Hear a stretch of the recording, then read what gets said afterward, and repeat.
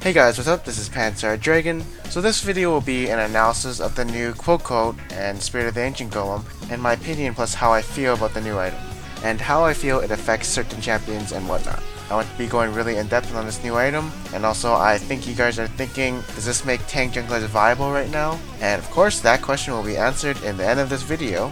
So with that being said, let's go ahead and let's get started.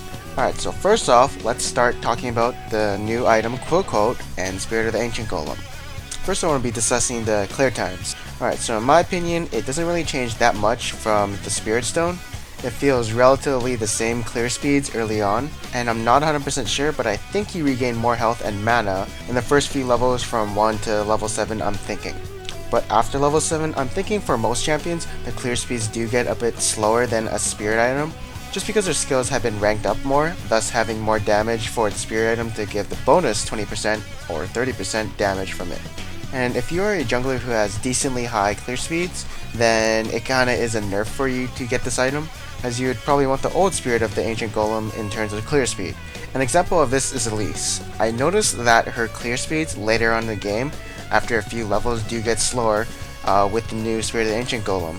I feel that her clear speeds have been reduced by about 1 or 2 seconds, not that much, but you can tell it does take a bit longer than usual. And I can kind of feel it later on in the game, like mid-game, where my clear times are slower, but not that much. Now again, it seems like it was kind of a nerf for clear times for the big high damage junglers, but junglers who have really slow clear times, like, a perfect example would be Leona. Her clear times have significantly improved, as now she can rely on an item that just takes down the enemies for her. And so, final verdict, if you're a jungler who has really bad clear times, it definitely helps you a lot. But if you're a jungler who can get camps done quickly, then it kinda is a hit to you. But honestly, it probably doesn't really matter, as you'll only jungle with Smite Up usually. Like honestly, in my games, I can feel that it's a bit slower, but I don't really care. I'm usually doing something else on the map, and it usually doesn't bother me.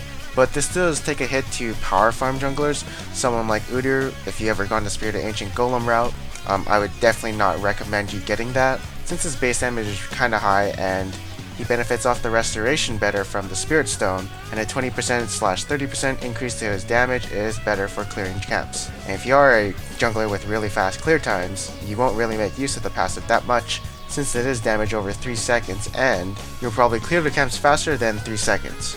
Alright, so next I want to be talking about the stats that the Quill coat gives and the Spirit of the Ancient Golem.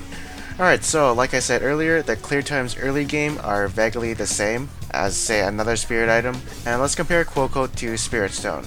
So Spirit Stone actually never gave any stats, but the Quill coat, that gives 20 armor and a ward. And so you are gaining a lot from the Quill coat, as it's probably the best of the 3 items, Madred's Razor and Spirit Stone, since you basically have the active of a Wriggle's Lantern, which does cost 1800 gold or whatever, and now you get that active for 700 gold.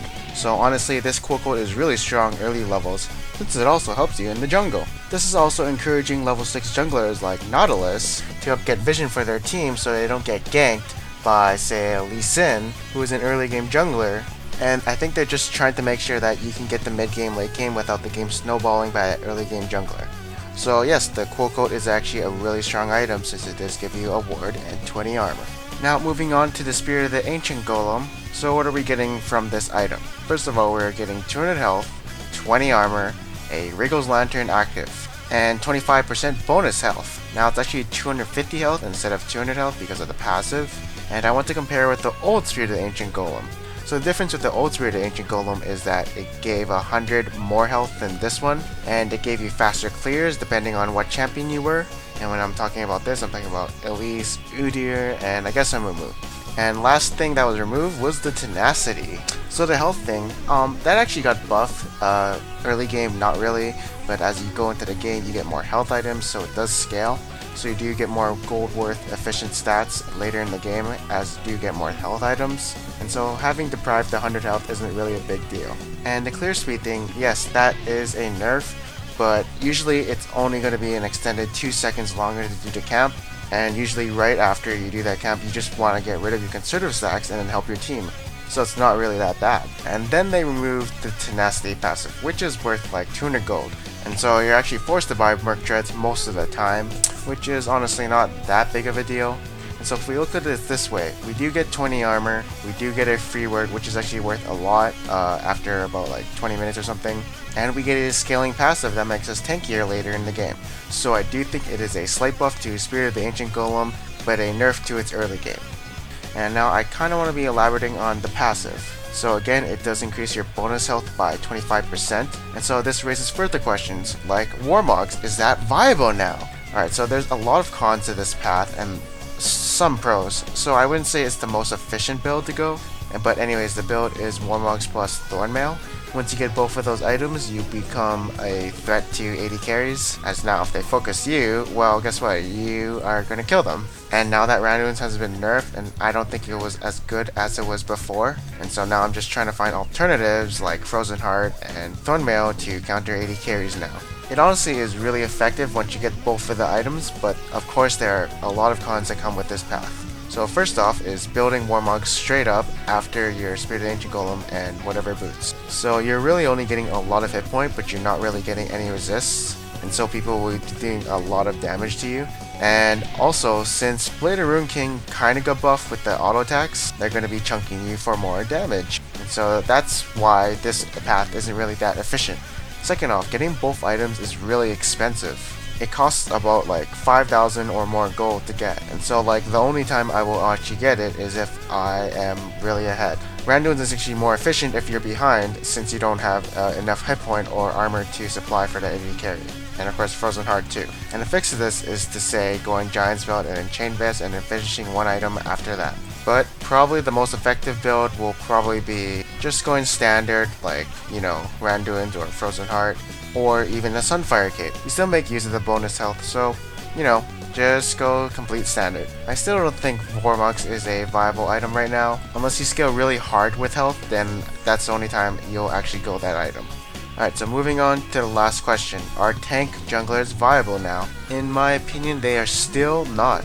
Even though the Spirit of Ancient Golem does help those guys with slow clears like Nautilus or Sujani, it's not the problem with the Spirit of the Ancient Golem, it's the champion themselves. Recently, the only tank jungler that's actually becoming very viable is Skarner, a tank jungler who is a level 6 jungler, which means that when you hit level 6, that's the only time you're good at ganking. And the reason he's so good right now is because of his stats. They improved it, buffed it, and now he's a viable jungler to play in ranked games. And I even heard Maokai is a really good jungler right now. And what did they do to him recently? Yes, he's still a tank, but they also recently improved his stats and basically gave him a buff. And so I'm just thinking they don't need to make new items to make tank junglers viable. They just have to increase the buffs on those junglers who aren't really played in the LCS or high elo. So let's clarify this. Tank junglers like Sujani are still probably not going to be played, and junglers with fast clear times like Vi, Jarvan, who have a lot of base damage, should not go the Spirit of the Ancient Golem. It's still only going to be good for people who don't really scale with AD or AP, and just people in general with bad clear times. Anyways, that's my analysis of the Spirit of the Ancient Golem and tank junglers. I hope you guys really enjoyed this video. Thank you for watching. Please remember to like, subscribe, and comment below on whatever questions you might have about, you know, this video. And for the first few days, I'll try and answer your questions. Again, thank you for watching, and I'll see you guys next time.